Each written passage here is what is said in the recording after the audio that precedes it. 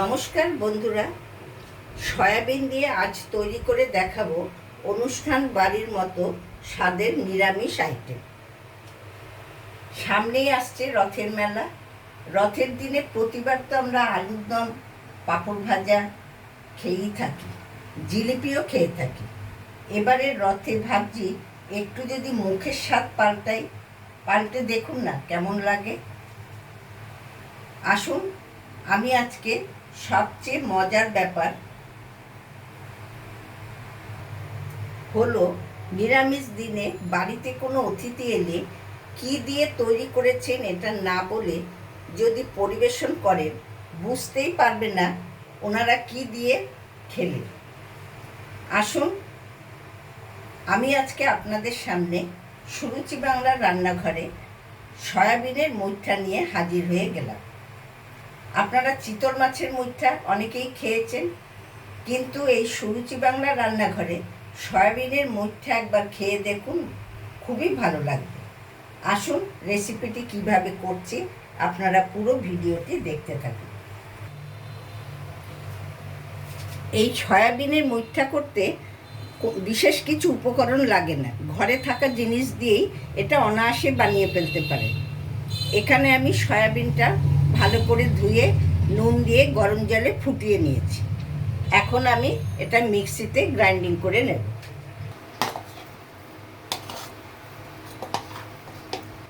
এখন আমি এতে দিচ্ছি 2টো কাঁচা লঙ্কা আর কয়েক পিস আদা। দেখুন, এটা একদম পেস্টও করবেন না, একটু যাতে দানা দানা থাকে। এখন আমি এটা একটা বোলের মধ্যে ঢেলে নিচ্ছি। এ দেখুন কত সুন্দর হয়েছে। এটা কিন্তু একদম পেস্ট করবেন না, তাহলে কিন্তু খেতে ভালো লাগবে না। এবার আমি এতে মশলাপাতি দিয়ে একটা বাইন্ডিংয়ের মতন তৈরি করব। এতে দিচ্ছি 2 চামচ বেসন। এখন আমি 2 চামচ বেসন দিলাম, পরে আমি বাইন্ডিংটা রেডি করে যদি প্রয়োজন হয় আবার বেসন দেব। এখন দিচ্ছি 1/2 চামচ হলুদ গুঁড়ো, 1/2 চামচ লঙ্কা গুঁড়ো। লঙ্কা গুঁড়োটা আপনারা যে যেমন খাবেন সেই বুঝেই দেবেন। 1/2 চামচ জিরে গুঁড়ো, একটু বাদাম রোস্ট করে রেখেছিলাম, একটু বাদামের কুচি দিয়ে দিলাম। আর দিচ্ছি 1/2 চামচ গরম মশলা, 1/2 চামচ নুন। নুনটা আমি সেদ্ধর সময় অনেকটাই দিয়েছিলাম, সেই জন্য এখন আমি এটা দিলাম, পরে দেখে আপনারা আবার দেবেন। এখন এটা আমি ভালো করে মেখে নিচ্ছি। মন্ডটা যখন মাখবেন একদম চেপে চেপে মাখবেন না, তাহলে একদম পেস্টের মতো হয়ে যাবে, তাহলে কোপ্তাটা খেতে ভালো লাগবে না। এ দেখুন কি সুন্দর মন্ডটা রেডি হয়ে গেছে। এবার আমি কোপ্তার আকারে এক এক করে গড়ে নিচ্ছি। আমি এখন তেলটা গরম করতে বসিয়ে দিচ্ছি। এই ফাঁকে তেলটা গরম হতে হতে আমি সয়াবিনের মুইঠাগুলো রেডি করে নিচ্ছি।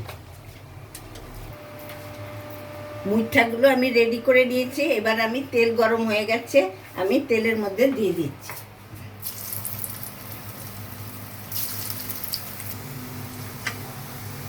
এখন আমি এগুলো একটু উল্টে পাল্টে দিচ্ছি। একটু ব্রাউন কালার হলে আমি নামিয়ে নেব। ব্রাউন কালার হতে হতে আমি এখানে মশলার জলটা একটু গুলে নিচ্ছি। আমি এখানে একটু দইটা ফেটিয়ে জল দিয়ে গুলে নিয়েছি। তার মধ্যে আমি দিচ্ছি লঙ্কার গুঁড়ো, 1/2 চামচ জিরে গুঁড়ো আর 1/2 চামচ হলুদ। আমি জলটা গুলে রাখলাম। মুইঠাগুলো আমার ব্রাউন কালারের হয়ে গেছে। এবার ছান্তিতে ছেঁকে তুলে নিচ্ছি। যে তেলটায় আমি মুইঠাগুলো ভেজেছি সেটা কিছুটা রেখে দিয়ে বাকি তেলটাতে আমি এবার দিয়ে দিচ্ছি দারচিনি আর 2টো ছোট এলাচ। দিচ্ছি সামান্য একটু চিনি, দিচ্ছি টমেটো কুচি, দিচ্ছি 1 চামচ আদা বাটা, আর দিচ্ছি আমি এই পেস্টটা রেডি করে রেখেছিলাম, এতে একটু আছে কাজু বাদাম, কিশমিশ আর মগজদানা বাটা। নিরামিষ সবজিতে একটু গ্রেভিটা বাড়ানোর জন্য আমি এই পেস্টটা করে রেখেছিলাম। এবারে দিয়ে দিচ্ছি সমস্ত মশলাপাতি দিয়ে যে জলটা গুলে রেখেছিলাম সেই জলটা।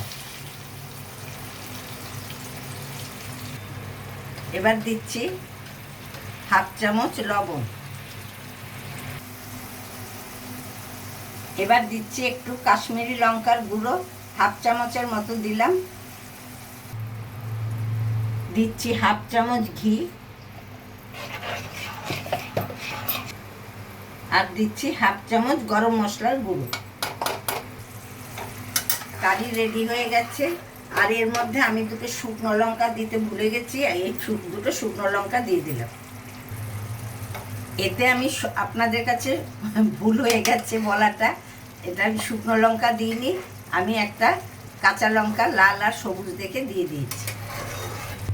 আপনারা এই কারির মধ্যেও কোপ্তাগুলো দিতে পারেন, দিলেও 1 মিনিটের মতো ফোটাবেন, কিন্তু আমি কোপ্তাগুলো ঝোলে দিলাম না, আমি মুঠাগুলোর মধ্যে ঢেলে দিলাম।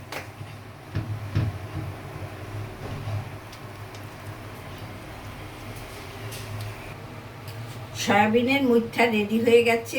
এটি গরম গরম ভাত, রুটি, লুচি, পরোটা, ফ্রাইড রাইস, পোলাও সাথে জমিয়ে খেতে পারবেন। রেসিপিটি কেমন লাগলো কমেন্ট করে জানাবেন। প্রচুর প্রচুর শেয়ার করবেন, সাবস্ক্রাইব লাইক করে নতুন পুরনো সব বন্ধুরা আমার চ্যানেলের পাশে থাকবে। আজ আমি এখানেই শেষ করছি। আবার আমি আরেকটি নতুন রেসিপি নিয়ে আপনাদের সামনে হাজির হয়ে যাব।